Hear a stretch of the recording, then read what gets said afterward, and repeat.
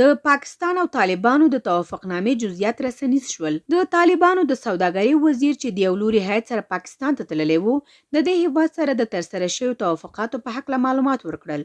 د دې توافقنامې په لړ کې افغانستان د تقانې شوی دی چې پاکستان ته به د مرکزی اسیا په لور لار ورکوي. په ځانګړي ډول به د مرکزی اسیا څخه پاکستان د غاز او تیل وړل کیږي. په دې دوه قلمه موادو به ځانګړي پاملرنه کیږي، یا داسې وایي چې د دوه قلمه مواد به په اسانۍ پاکستان ته د افغانستان په لار وړل کیږي.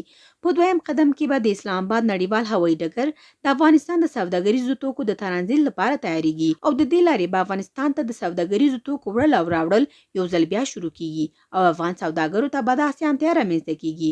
په دریم قدم کې توافق شوی دی چې دواړه هیوادونه به یوه ګډه غونډه جوړوي. دا غونډه به د پانګونې په برخه کې ترسره کیږي چې د دواړو هیوادونو لوی پانګوال به پکې ګډون کوي.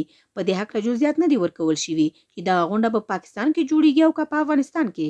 په څلورم قدم کې پاکستان ژمنه کړې ده چې د ویزې په برخه کې به افغان سوداګرو ته ځانګړې اسانتیاوې رامنځته کیږي.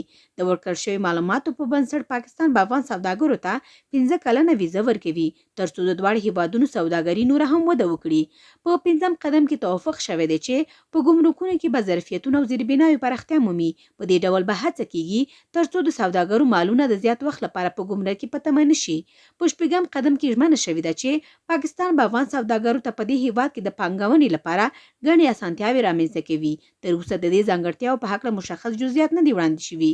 په اووم قدم کې توافق شوی دی چې دواړه لوري به په دې کار کوي چې په لنډ وخت کې به د افغانستان او پاکستان ترمنځ د بسونو تګ او راتګ پیل شي. په دې ډول به افغان مسافرین د کابل څخه د بس له لارې وکولی شي چې په مستقیم ډول